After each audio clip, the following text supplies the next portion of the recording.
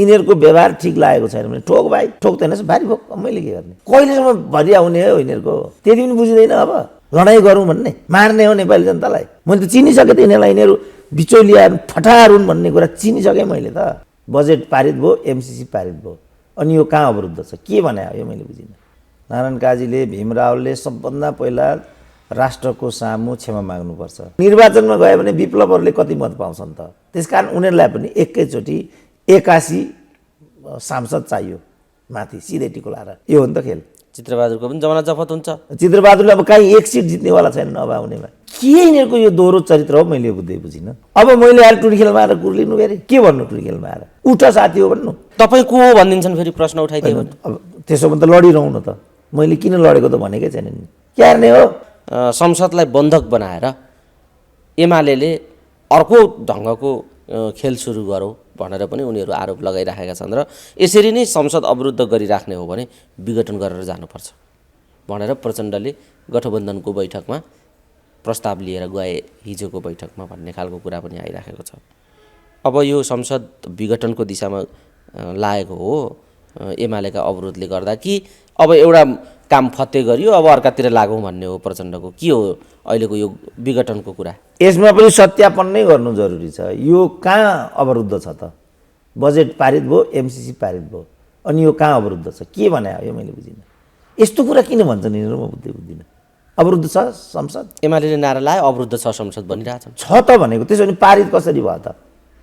Budget कसरी पारित भयो, एमसिसी कसरी पारित भयो? अवरुद्धका बीच कसरी हुन्छ? यसबाट के बुझियो भने उनीहरू आफूलाई हुने जति सहजै अगाडि बढाउँछन्, आफूलाई नहुने जतिमा अवरोधको नाटक र यो बबन्डर गर्छन्, कुराकानी गर्छन् भन्ने कुरा त नाङ्गो छ नि त।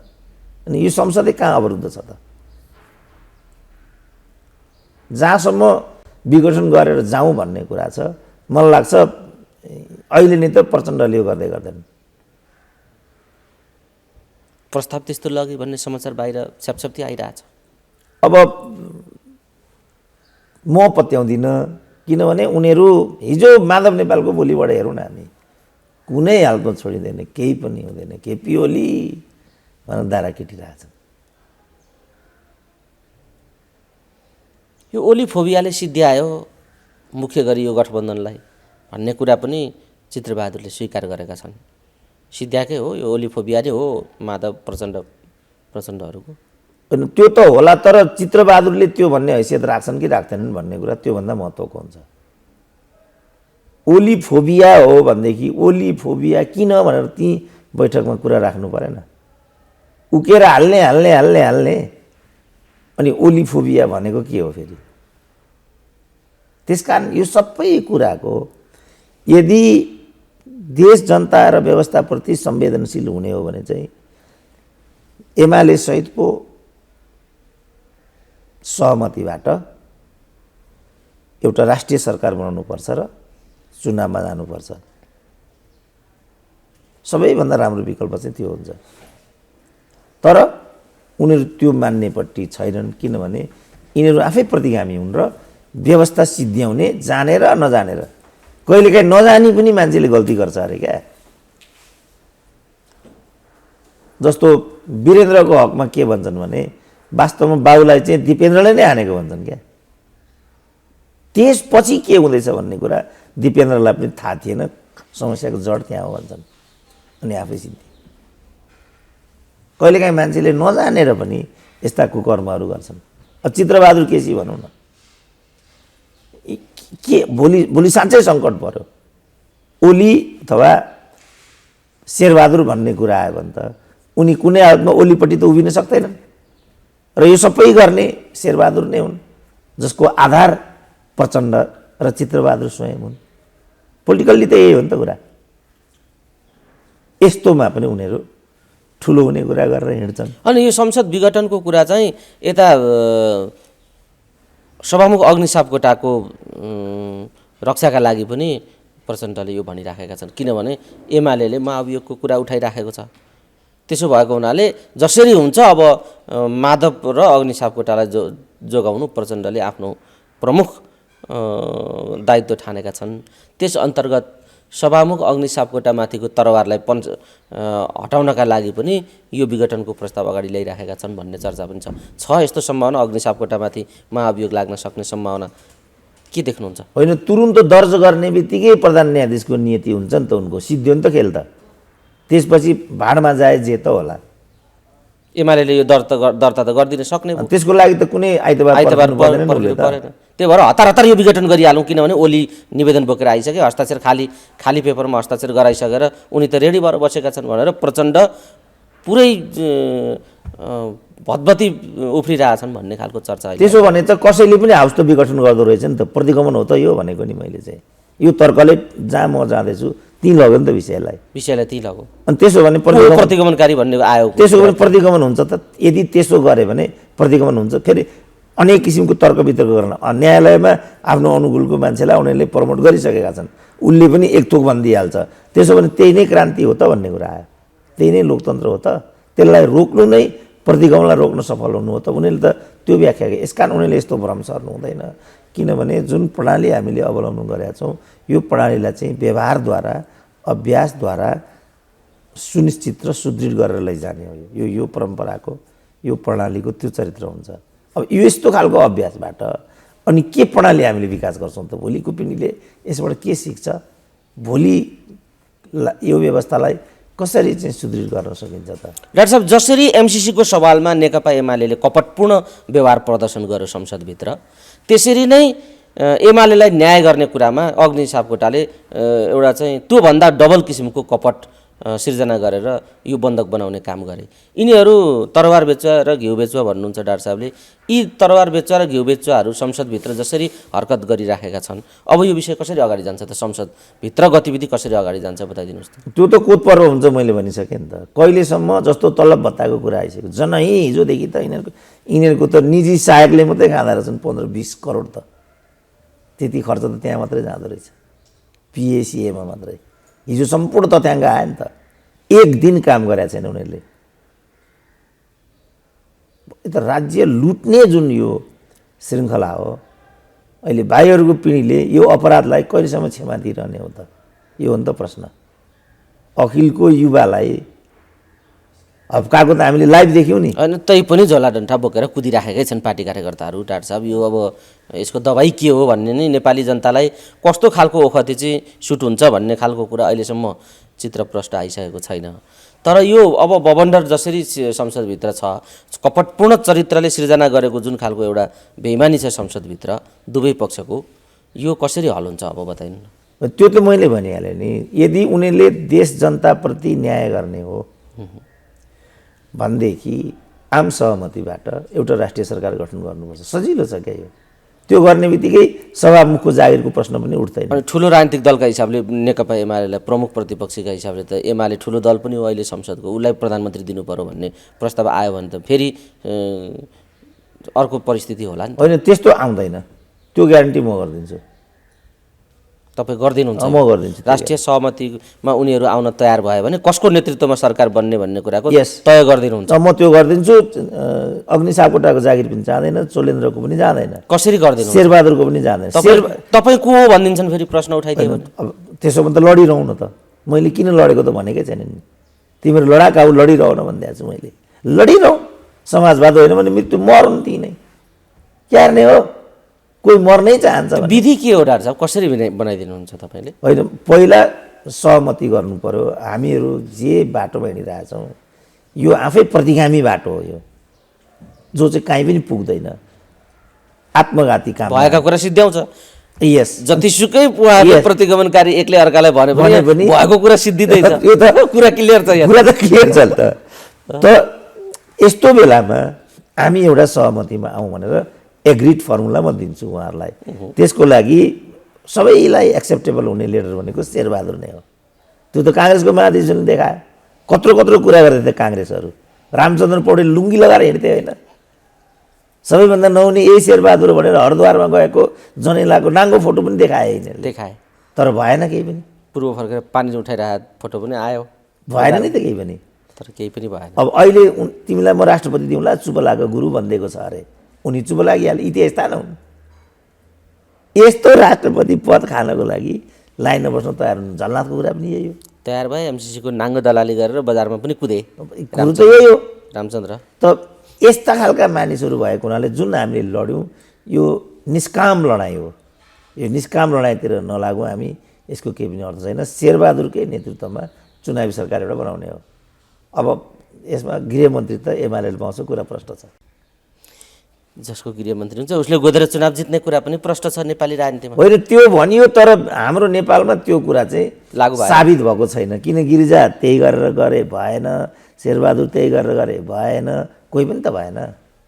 डाक्टर साहब यो प्रसङ्गमा फेरि हामी आगामी दिनमा छलफल गरौँला। तर अहिले पछिल्लो समय संसद विघटन गरेर जानुपर्छ भन्ने कुरामा जसरी प्रचण्डले प्रस्ताव गरे भनिएको छ, यसमा अघि नै चर्चा गरियो एउटा सभामुखलाई बचाउने कुरामा उनले यो अस्त्र प्रयोग गरिराखेका छन् भन्ने एउटा कुरा छ।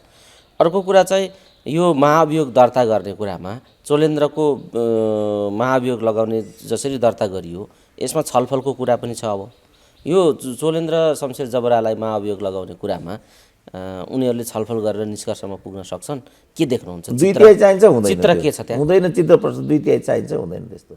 अब के हुन्छ त? चोलेन्द्रको विषय चोलेन्द्र फर्केर आउँछन्, उनीहरूले अर्को बिङ्गा झिक्छन् फेरि। न यिनीहरूले चोलेन्द्रलाई बाटैमा फेरि हान्छन् कि यिनीहरू त जे पनि गर्दा रहेछन् भन्ने त देखियो नि त। त्यस कारण मैले भने कोट पर्वतिर गइरहेछ विषय, र यो नै प्रतिगमन हो। केपी ओली जस्तो ल्याङ्राले प्रतिगमन गर्न सक्ने कहाँ औकात आउँछ भनेको नि। त्यसको लागि त जङ्गबहादुर चाहिन्छ। प्रतिगमन के को प्रतिगमन? चुनावमा त जानै पर्छ होला, त्यहीँबाट डाँडा कटाइदियो भइगयो। अनि त्यहाँबाट हुन्छ प्रतिगमन भन्ने पो देखिँदैछ अहिले। जनताले त्यहाँबाट अनि विचार पुर्यायो भने दिन्छन् दनक भन्ने पनि चर्चा हो। उठेको छ। अब जनतालाई यिनीहरूको व्यवहार ठिक लागेको छैन भने ठोक भाइ, ठोक्दैन भारी भोक, मैले के गर्ने? कहिलेसम्म भरिया हुने हो यिनीहरूको, त्यति पनि बुझिँदैन। अब चोलेन्द्रलाई महाअभियोग लगाउन यिनीहरूले सक्ने सम्भावना छैन। त्यो काँड कुनै आँकडाले नै दिँदैन। एमाले भारी बोकिहाल्यो चोलेन्द्रको। अब ड्याप्प बोकेर हिँडेको छ केपी ओली नेतृत्वले त चाहिँ चोलेन्द्रको महाअभियोगको विरुद्धमा उभिने स्थिति देखाइसक्यो। होइन, त्यहाँ उनीहरूले भनौँ न केपी ओली नै निशाना भएपछि त अनि हजुर मलाई पनि टाउको काट भनेर घिच्रो दिने कुरा त आउँदैन होला नि त। अनि यहाँ केपी ओली भन्ने एमाले भन्ने कुरै छैन नि। यो त स्वाभाविक कुरा हो कि त्यस्तो परिस्थिति उत्पन्न भयो। जस्तो भनौँ न एमसिसीकै सन्दर्भमा मत विभाजनमा गएको भए एमाले विरुद्धमा उत्रिन्थ्यो नि। लाचार भएर पो बिचरा यो विधिबाट एमसिसी लिएर गए त प्रचण्डहरूले। मत विभाजनकै कुरा आएको भए त एमाले विरुद्धमा जान्थ्यो। त्यसकारण यो एमसिसीको कलङ्क अब प्रचण्डको टाउकामा गयो। अब जनताले यसलाई कसरी हेर्दा रहेछन् हेरौँ न। जनताको पनि कतिमा पानी रहेछ यिनीहरूको पनि हेरिहालौँ न। हो, यो प्रश्न हो। डाक्टर साहब, हामी कुराकानीको अन्तिम चरणमा छौँ। अब यी प्रश्न छन्, समाधान पनि चाहिएको छ। समाधान जनता हो भन्ने कुरा पनि छ हो, तर अब त्यो जनतालाई निर्वाचनमा सहज ढङ्गले जाने स्थिति पनि यिनीहरूले पैदा गर्दैनन् भन्ने खालको अहिले चर्चा पनि उठेको छ। जसरी एमसिसी पास भयो यसले निर्वाचनलाई लात्ती हानिसक्यो, अब निर्वाचन सम्भावना छैन, यस्तो तर्क पनि उठेको छ। यो एमसिसीसँग निर्वाचनको के सरोकार छ र मान्छेहरू यस्तो तर्क गर्छन् कि साँच्चै त्यहाँनिर त्यस्तो सम्भावना पनि छ? बताइदिनुहोस् त। होइन, यिनीहरू चाहिँ विजयको सुनिश्चितता पछि मात्रै निर्वाचनमा जानुपर्छ भन्ने मनोविज्ञान बोकेर हिँड्छन्। अब विजयको सुनिश्चितता केपी ओलीको मात्रै देखिँदैछ क्रमशः। त्यसैलाई उनीहरूले चुनाव सम्भव छैन भन्दिनेतिर लान खोजेको, तर त्यो आफै प्रतिगमन हुन्छ फेरि। त्यसकारण मैले भने रियल एमसिसी विरोधीहरू चाहिँ त्यो भनिरहेछन् कसरी चुनाव हुन्छ, सारा विद्रोहमा उठिसके मान्छेहरू विरोधीहरू, अब यो चुनाव हुने परिस्थिति नै छैन नि, यस्तो कुरा गर्न थालेका छन्। होइन, यो त भनौँ जस्तो निर्वाचनमा गयो भने अर्को धन्दा हो यो अर्को धन्दा हो। किनभने निर्वाचनमा गयो भने विप्लवहरूले कति मत पाउँछन् त। त्यसकारण उनीहरूलाई पनि एकैचोटि 81 सांसद चाहियो माथि सिधै टिको लाएर। यो हो नि त खेल। चित्रबहादुरको पनि जमाना जफत हुन्छ। चित्रबहादुरले अब कहीँ एक सिट जित्नेवाला छैनन् अब आउनेमा। अनि त्यस्तो जाब चुनाव किन गराउने त? त्यही भएर बरु यताबाट धक्का दियो, प्रतिगमनकारीहरूले यहाँ अगाडि बढे, हामी चुनाव हुन दिँदैनौँ भन्ने, चुनाव सम्भव छैन भनेर यतैबाट मेलो मिलाउने धन्दा। यतैबाट मेलो चित्रबहादुरलाई 10 सिट दिनु पऱ्यो, विप्लवहरूलाई 81 सिट दिनु पऱ्यो, यसरी गर्नु पऱ्यो, मिलेर गोद्नु पऱ्यो। त्यसै कारण मैले भने रियल प्रतिगमन चाहिँ यो हो। यो दिग्भ्रमबाट हामीले चाहिँ खुला हुनु पऱ्यो। जबसम्म यो सच्चाइलाई मानिँदैन तबसम्म नेपालको राजनीतिले निकास पाउँदैन। विप्लव जसरी एक्सर्साइज गरिराखेका छन् डाक्टर साहबले अहिले जसरी भन्नुभयो यो चुनावसँग र यो प्रक्रियासँग विप्लवलाई यसो भन्नु अलि हलुका टिप्पणी हुन्छ कि डाक्टर साहब? होइन, हल्का गरौँ, जे भए पनि निर्वाचनमा जाँदाखेरि विजयको सुनिश्चितताको पूर्वाधार विप्लवसँग पनि छैन। त्यो कुरा त सत्य हो। जब सत्य अहिलेको जनाधारको स्थिति हेर्ने हो भने त्यो त छैन। अनि तथ्यबाट सत्य खोज्ने सिद्धान्त हामीले अघि भनिसकेपछि त अनि अन्त जाने त सम्भावनै भएन। हलुङ-गरुङको कुरा आयो। हलुङ-गरुङको त विषयवस्तु नै छैन। डाक्टर साहब हामी कुराकानीको अन्तिम चरणमा छौँ। ठ्याक्कै भन्नुपर्ने अरू थप यहाँ छुटेको के छ? भन्नुपर्ने कुरा के भने अझ एकचोटि समीक्षा गरौँ, जिम्मेवार हौँ, एमसिसीको नाममा नेपाली समाजलाई ध्रुवीकरणतर्फ नलैजाउँ, यो आत्मघाती हुन्छ। त्यसकारण मैले अस्ति रिपोर्ट्स क्लब कार्यक्रममा भने 5 वर्षभित्रमा नै एमसिसी जसरी पनि सिद्ध्याउने होइन भने सम्भव छैन। यसमा इफ बटको कुरा प्रयुक्त हुनै नदियो, किनभने मान्छे के भन्दैछन् भने अब एमसिसी आयो यो फर्केर जाँदैन। यस्तै कारण देखाउँछन् जस्तो त्यो जुन व्यवस्थापन थियो एमसिसीको, जुन एमसिएको जुन अफिस हो त्यसले भनिसक्यो अझै यो एक्सनमा जान 1 वर्षको समय बाँकी, अरू 1.5 वर्ष बाँकी छ। 1.5 वर्षसम्म यी नेपालको जनताको करबाट राज्यको ढिकुटीबाटै जे बवन्डर गर्ने हो तीबाट गरिसकेर त्यसलाई हेरेपछि मात्रै उताबाट आउने विधि यस्तो रहेछ नि त डाक्टर। अब यस्तोले 13 अर्ब भ्याइसके अस्ति। यस्तोले अब 1.5 वर्षमा कति अर्ब भ्याउँछन् अनि मात्रै त्यसलाई हेरेर एमसिएले यो कुरालाई अगाडि बढाउने। अब यसले थप यस्तो खडा गर्छ र अनि एमसिसीको समय चाहिँ बढ्दै जान्छ र पुनर्जनले भनिसकेको छ 25 वर्ष एमसिसी फर्किँदैन। त यो एमसिसीको समस्या हो, यो नेपाली जनताले गरे होइन। अब यसलाई यस्तो हुन दिनबाट रोक्नु नै मैले देख्दा अहिले वास्तवमा एमसिसी विरोधी सृजनशील प्रतिरोधको उपयुक्त विधि हुन्छ। यो विधिबाट त कहीँ पनि पुगिँदैन। साँच्चै हामी चाहिँ द्वन्द्वमा फस्छौँ।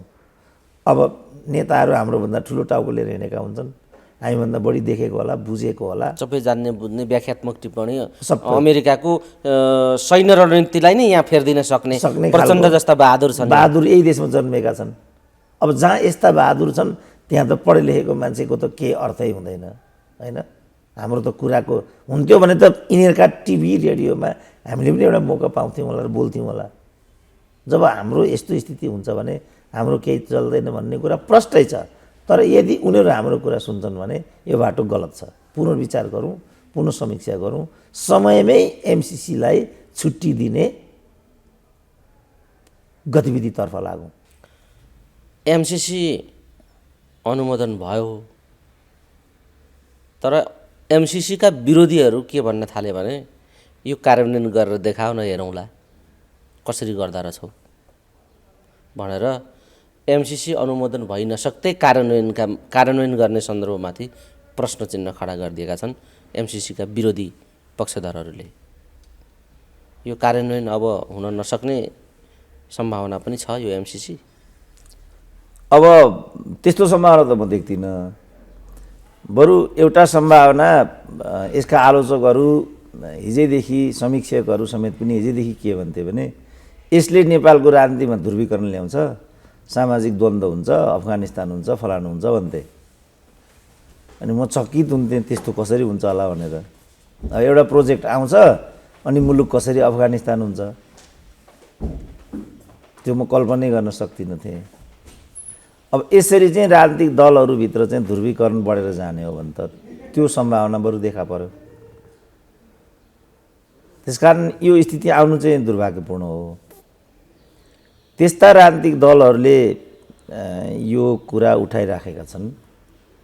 विप्लव बाहेक जो मूलत यो एमसिसीमा मतियारी गर्नेसँग सम्बन्धित छन्। भीम रावल भन्ने पनि कुरा त्यही हो, नारायण काजी भन्ने कुरा पनि त्यही हो। त उनीहरू नै गर्ने अनि उनीहरू नै यो कुरा जनमानसमा ल्याउने यो चाहिँ विरोधाभासपूर्ण स्थिति मलाई लाग्छ सबभन्दा पहिला हामीले निराकरण गर्नुपर्छ।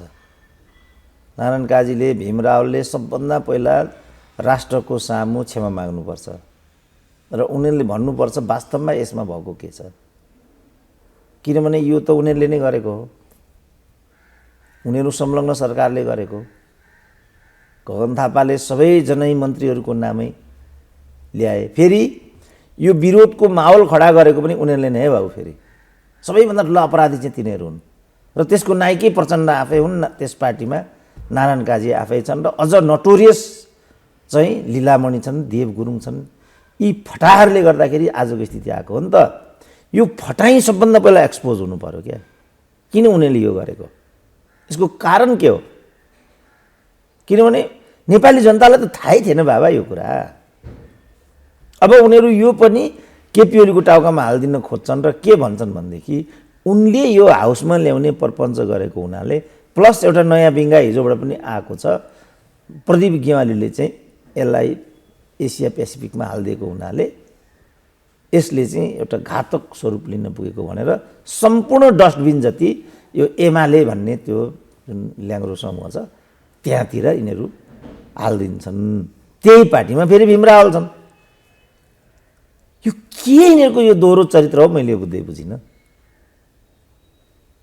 अब त्यहाँ हेरौँ, हामी देख्यौँ क्रान्तिकारीको अध्यक्षले कार्यकर्तालाई हकारेको, अस्तिका दिनसम्म ढुङ्गामुढा गर्न लगाए, हिजोबाट चाहिँ भोलिदेखि त कमैया हुन् तिनीहरू। तर तिनीहरू पनि त्यही अकिलमा छन् होला बिचारा। यो समस्याको जड हो क्या।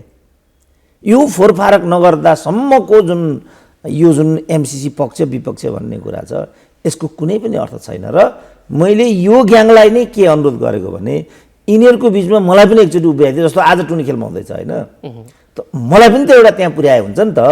गर्दैनन्, गर्छन् त, खालि जय जयकार गर्नेहरूलाई मात्रै भेला गरेर। अनि कसरी यसले चाहिँ एउटा तार्किक निष्कर्ष पाउँछ, त्यो हो भने चाहिँ अनि एमसिसी विषयले नेपाली समाजलाई ध्रुवीकरण, किन अन्यल अस्तव्यस्तता अव्यवस्था लिएन, अराजकताको स्थिति ल्याउने। जस्तो माओवादी के भनौँ न, आजको दिनको लागि माओवादी जनयुद्ध भएको हो र। तर जसरी अखिलको त्यो युवा बानेश्वरमा ढुङ्गामुढा गर्न आएको भोलिपल्टै आजदेखि नआउनु भनिदियो, जनयुद्धमा पनि ठ्याक्कै यही भएको छ। लड, तिमीहरू सम्पूर्ण रूपमा अगाडि आओ, प्रतिक्रियावादीको ढाडमा टेकेर टाउकामा आन, घिचुकमा आन, जहाँ भेटो त्यहीँ ठट्टाऊ, सेना बजाऊ, पुलिस बजाऊ, हाकिम बजाऊ, काङ्ग्रेस बजाऊ, एमाले भन्ने त मारि नै हाल, यो भनिकन भन्नुभयो। उनीहरूले जनयुद्ध खडा गरे। अनि के भयो त अहिले? एमसिसी भयो, प्रचण्ड अमेरिकाको पल्टामा लगेर मुलुकलाई हालिदिए, मुलुकलाई अफगानिस्तान बनाउनेमा महत्त्वपूर्ण भूमिका प्रचण्डको भयो भन्ने एउटा आलोचना भइरहेको छ। अहिले त त्यो भयो। अब हो, यसको बारेमा पहिला मैले देख्दा फोरफारक गर्नुपर्छ। अब वैद्यले नि भने एक नम्बरको अमेरिकी दलाल भएर प्रचण्ड प्रस्तुत भए, यसको हिसाब किताब जनताले गर्नुपर्छ भन्दैछन् मोहन वैद्य किरण। होइन, मेरो विचारमा त सबैभन्दा घातक भूमिका मोहन वैद्य किरणकै छ, किन उनकै कारणले आजको दिन आएको छ। मेरो चाहिँ विचार, मैले यो सामान्यमा पनि भनेको, तिमीले गरी खान सक्दैन है, हजुर भाउ यो कुरा छोडिदेऊ, यो पार्टीको नेतृत्व म गर्छु भने मैले कमसेकम खोइ 12-15 वर्ष कति वर्ष अगाडि हो नेपाल बारमा। तिमीहरूबाट यो हुँदैन। वैद्यको कुरा गर्दाखेरि त यस्तो एउटा भित्री तन्तु वैद्यको मानसपटलमा छ भन्ने छ, प्रचण्डको छेउमा जाने बित्तिकै उनी लल्याक लुलुक भइहाल्छन् अरे। यो मलाई हो भन्ने अझ फेरि किन लाग्यो भने भर्खरै उनले प्रचण्डलाई भेटेको भन्ने छ। कमसेकम तपाईँ यो एमसिसीमा चाहिँ ननाङ्गिनुहोस् भनेर गम्भीर रूपमा उनले भनिदिएको भए, प्रचण्ड पनि त ढुङ्गाको मान्छे होइन नि त। प्रचण्ड जति नै बेइमान हुँदै पनि उनमा अझै पनि एउटा राजनीतिकपना त छ नि त। मोहन वैद्य जस्तो मान्छे वा मोहन विक्रम जस्तो मान्छेले वा चित्रुकेले नै पनि अब यो सबै सिङ्गुराएर हिजो पनि चित्रुके भन्दै थिए कि केपी ओलीको चाहिँ यो प्रतिगमन हो र प्रतिगमनलाई परास्त गर्नको लागि त्यस्तो हावादारी कुरा गर्दै हिँड्ने हो त्यत्रो वरिष्ठ नेताले। प्रतिगमन हो ओलीको, यो त स्वेच्छाचारिता मात्रै हो। प्रतिगमन त शेरबहादुरको हो। यस्तो यस्तो हावादारी कुरा गरेर अगाडि बढ्दाखेरि त अनि परिणाम जे पनि हुन सक्ने भयो नि त। के हो प्रतिगमन भनेकै के हो? त्यसो भने यसमा छलफल गर्नु पर्यो। जनयुद्ध भनेकै के हो? यसमा छलफल गर्नु पर्यो। अनि मात्रै एमसिसी के हो भन्ने कुरा हुन्छ। अब अहिले मान्छे एमसिसीको बारेमा अनेक भन्दैछन्। के हो त एमसिसी? पहिला त त्यहाँ बुझ्नु पर्यो नि त। तर म त्यहाँ प्रवेशै गरेको छैन।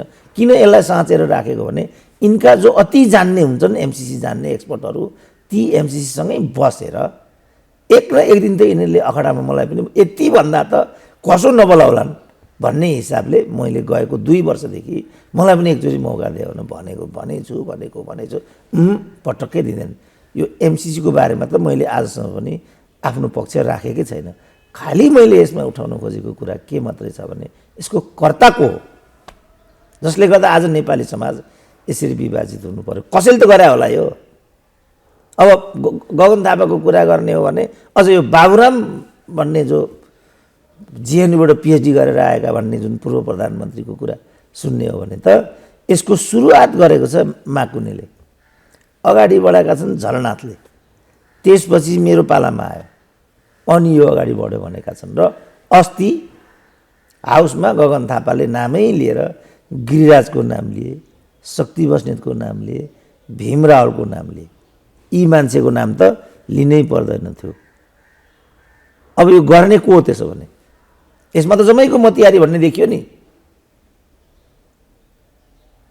त यो नप्रष्ट हुँदासम्म अनि कसरी हामी एमसिसीलाई लिएर झगडाको मैदानमा उत्रिनु? मलाई कयौँचोटि साथीहरूले भने आउनु पर्यो, सुरेन्द्र भण्डारीले भने, बालकृष्ण नेउपानेले भने, अरूले भने, त लगातार मलाई फोन गरिरहेको हुन्छ आउनु पर्यो। कहाँ आउनु पर्यो? के गर्ने त्यहाँ गएर? के भन्ने त्यहाँ गएर? लडाइँ गरौँ भन्ने? युक्रेन हुने हो अब? मार्ने हो नेपाली जनतालाई? अनि त्यो मैले गर्नु अब आएर? मैले त चिनिसकेँ त यिनीहरूलाई, यिनीहरू बिचौलियाहरू फटार हुन् भन्ने कुरा चिनिसकेँ मैले त। कम्युनिस्ट आन्दोलनको नाममा फलानु नाममा यिनीहरू समाज भाँडेर आफ्नो फाइदा लिने तत्त्व हुन् भन्ने कुरा त अब पनि बाँकी छ र भने के कहाँ बाँकी छ? अब केही पनि बाँकी देख्दिनँ। अब मैले आएर टुर्खेलमा आएर कुर्लिनु फेरि के भन्नु? टुर्खेलमा आएर उठ साथी हो भन्नु, अनि अखिल क्रान्तिकारीको हालत बनायो भने, माओवादीका लडाकाको हालत बनायो भने? उठ त भनिराख्नु भएकै छ नि, दिनहुँ आफ्नो कुराकानी राखिराख्नु भएको छ, उठ भनिराख्नु भएको छ। तपाईँ आफ्नो ठाउँमा आफ्नो आवाज त दिइराख्नु भएको छ। तर पनि यहाँ आउनु पर्यो भन्ने मान्छेहरूले, त्यो आउनु पर्यो भन्नेहरूले राजनीति नबुझेका हुन् कि यो तपाईँले दिइराखेको आवाज को अवमूल्यन भएको हो, के हो? होइन, यो त आफ्नो बुझाइ हो, आफ्नो जमिन हुन्छ उभिने टेक्ने। मैले चाहिँ अनुभवको आधारमा, किनभने म चाहिँ त्यो पृष्ठभूमिबाट अगाडि बढेको, कैयौँ कुरा आफूले देखेको, त्यही क्रममा सिकेको, त्यही क्रममा देखेको हुनाले यहाँ कहीँ फटाइ त छैन भन्ने आलोचनात्मक सोच र चेत ममा हुर्किन थाल्यो। किन जम्मै मेरा साथीहरू नि त भीम रावल मेरा आफ्ना क्लासमेट हुन्, म घर जोडिएर बसेको भीम रावलसँग। अरू कैयौँ नेताहरू, अशोक राईसँग मैले पार्टीको दीक्षा लिएको, उपेन्द्र यादव मेरा निकटका मित्र हुन्। कोही पनि युवराज खतिवडा परबाट आयो भन्ने सुन्दा हामी यहाँ बैठक बन्द गर्थ्यौँ, आयो असामाजिक तत्त्व भन्ने इमेज थियो। अहिले उनी सबभन्दा क्रान्तिकारी छन्। त्यसपछि मलाई लाग्यो यसमा फटाइ छ कि क्या हो भन्ने लाग्यो। त्यसपछि म आजको ठाउँमा छु र म सजिलै आफूलाई मिसयुज गर्दिनँ। त्यस्तो हुन सक्दैन। केसमा हेरौँ न, यी पल शाहकै प्रकरणमा हेरौँ, यो त उनीहरूको लिभिङ टुगेदर हो नि। अब अहिले त्यही चिज बलात्कारमा रूपान्तरित भयो। घातक छैन समाज? उनीहरूले मिलीभगतमा गरेको हरकत हो त्यो। अब फस्यो कि एउटा केटो। अब यहाँ पनि माओवादीसँग लडे होइन, सारा कुरा गरे। बालकृष्ण ढुङ्गेल उन्मुक्त भइसके। बालकृष्णले चाहिँ आक्रमण गर्न पठाएको एउटा युवा नक्खु जेलमा रोएर बसिरहेछ। अब पल्सा 12 वर्ष थुनिएला र यहाँ भतेर खाउँला भनेर नेपालीहरू प्रतीक्षा गरेर बसेका छन्। अनि यस्तो समाजमा जिउ छोड्न सकिन्छ? पल्सा एक्लै हो जसले त्यो गर्यो, अरू शाहले त्यो गर्दैन, गरेका छैन। भन्यो महिला विरोधी भइहालिन्छ। अनि यस्तो विषयमा आफूलाई चाहिँ प्रविष्ट गराएर त्यो आत्मघाती हुँदैन? ठाउँबाट मलाई चाहिँ, अब मैले प्रत्यक्ष त भनेको छैन यो त्यो भनेर, तर यो प्रकरण मलाई चाहिँ साथीहरू टिकटक पठाउँछन्, अस्ट्रेलियाबाट पठाउँछन्, अमेरिकाबाट पठाउँछन्। कानुनले के भन्दो रहेछ भने यस्तो हरकतलाई बलात्कार भन्दो रहेछ। सहमतिमै भए पनि बलात्कार भन्ने हुँदो रहेछ, कानुनी प्रावधान त्यो रहेछ। त एमसिसी र यो कानुन एउटै होइन भने नि? सहमतिमा पनि बलात्कार हुन्छ भने। तर जसले एमसिसी बनायो यो कानुन तिनीहरूले नै बनाएको हो, एउटै द्वारबाट आएको कुरा हो यो। अब यस्तोमा हाम फाल्न सकिन्छ भने मैले एउटै मान्छेले ड्राफ्ट गरेको यो कानुन र यो एमसिसी एउटै घरबाट आएको लाइन हो यो। यस्तो गरेर केटा हो भन्थ्यो, यिनीहरूले आँखा चिम्ले गरिदिए। अनि सहमतिमा गरेको कुरा बलात्कार हुन्छ? अहिले हस्तक्षेप भयो एमसिसी राष्ट्रिय स्वाधीनतामाथिको भन्छन् फेरि आफै सही गरेर। अनि हामीले गरे हो हस्तक्षेप भयो भने? यो त उनीहरूले नै गरे हो। यस्तो चिजमा टुनी खेलमा कसरी जान सकिन्छ मेरो भनाइ। तर 8 दल त गए डाक्टर साहब, अब यो 8 दल जाने कुरालाई तपाईँले कसरी हेर्नुहुन्छ? होइन, मैले त अब उनीहरूको त्यसमा निष्ठा छ भने त्यसलाई म सकारात्मक रूपले नै लिन्छु। तर काहीँ पुर्याएर त्यही अखिलको क्रान्तिकारीको जस्तो सडकमै दुधकार्ने हो भने त फेरि मार्का परेन। अहिलेसम्म त हुँदै आएको थियो त्यस्तै। अहिलेसम्म त आजसम्म त भयो यही, जनयुद्धमा यही हो, जनआन्दोलन यही हो, दिल्ली सम्झौता यही हो। एमसिसी मुर्दाबादको मुर्दाबाद भनेर ठुल्ठुला सभा गर्ने, भरे राति यही एमसिएको कार्यालयमा पुगेर भतर खाने काम भयो भने त फेरि अनि के गर्नु त? उल्टै स्थिति भयो फेरि। त्यस कारणले यहाँ कसले के गर्छ त टुङ्गो छैन। केही टुङ्गो छैन। भतेर कतिखेर खान्छन् राति 12 बजे टुङ्गो छैन। टुङ्गो छैन। अब त्यही मासमा चाहिँ जस्तो 73 असार 3 गतेको क्याबिनेट बैठकमा तपाईँ भन्ने कुरा छ नि के हो भनेर भीमरावलाई तलबाट प्रश्न उठाइदियो भने के उत्तर दिन्छन् त? गिरिराज मणिको यही छ, नारायण काजीको, बाबुरामको क्याबिनेटमा त नारायण काजी पनि छन् नि। अनि यो सब फोरफारक नगरिकन कसरी टुनी खेलमा जान सकिन्छ मेरो भनाइ यो। तर गए त साथीहरू गए, यसलाई कसरी हेर्ने भन्ने कुरा। चित्रबहादुरजी गठबन्धन छोडेर यो 8 दलीय प्रदर्शनमा जाँदै हुनुहुन्छ। चित्रबहादुर आज खुला मञ्चमा आमसभा छ उहाँहरूको। होइन, त्यो उहाँहरू गएकोमा मलाई केही पनि भन्नु छैन, किनभने त्यो उहाँहरूको विषय हो। तर यो अहिलेको एमसिसी कर्ताको निर्माता त चित्रबहादुर आफै पनि हो। 2 दलीय जुन पत्राचार गरेको छ प्रचण्ड र शेरबहादुरले, त्यो बेला उनी आफै गठबन्धनमा छन्। यो के गरेको उनले त्यहाँ भन्न सकेका छैनन्। उनीहरू एमसिसीको बाटो अगाडि हिँड्न थाले। गठबन्धनभित्र यो कुरा कहिले पनि उठेन। जसरी केपीलाई त्यहाँ पुर्याउने प्रचण्डहरू हुन्, गठबन्धनलाई त्यहाँ पुर्याउने पनि चित्रबहादुरहरू हुन् नि त। उराले नि त उनीहरूले प्रतिगमन भयो। यो त उनीहरूको सत्ता द्वन्द्व थियो नि त। र प्रचण्डको स्वार्थन्तताले गर्दा केपी ओली मरिहाल्छन् अनि म ढलिबोली गरिहाल्छु भनेर न उनीहरूले त्यो कथित एकताको नाटक गरेका थिए। केपी नमर्ने बित्तिकै नै प्रतिक्रिया हो यो सबै। यो त नाङ्गो सत्य हो नि त। अनि यो कसरी प्रतिगमन हुन्छ? त्यसकारण पहिला मार्क्सवादले त सिकाएकै त्यही हुन्छ नि, तथ्यबाट सत्यको खोजी। त्यही हो नि मार्क्सवाद भनेको, तथ्यबाट सत्यको खोजी। तथ्य के हो त? प्रतिगामी शेरबहादुर हुन् कि केपी हुन् त? आफ्नो हातको खेलौना हुने बित्तिकै क्रान्तिकारी भइहालिन्छ। किनभने खेलौना हुन तत्पर हुन्छन्। देउपा ओली भएनन्, यही नै द्वन्द्वको कारण हो। एकलौटी लतारे केपी ओली, यही नै कुरा हो। किनभने केपी ओली दम्बी थिए, अहङ्कारी थिए, साथीभाइलाई पनि राख्नुपर्छ, सबैको मन उस्तै हुन्छ, सबै नेता म जस्तै हुन् भन्ने सोच केपी ओलीमा नहुनै समस्याको जड हो भन्ने कुरा प्रष्ट छ। तर यति नै त प्रतिगामी हुनको लागि पर्याप्त हुँदैन नि त। प्रतिगामी हुनको लागि त प्रणाली लगेर कसैको चरणमा बुझाइदिनुपर्छ, जुन काम शेरबहादुरले गरिआएका छन्। यो हो नि त प्रतिगमन भनेको त।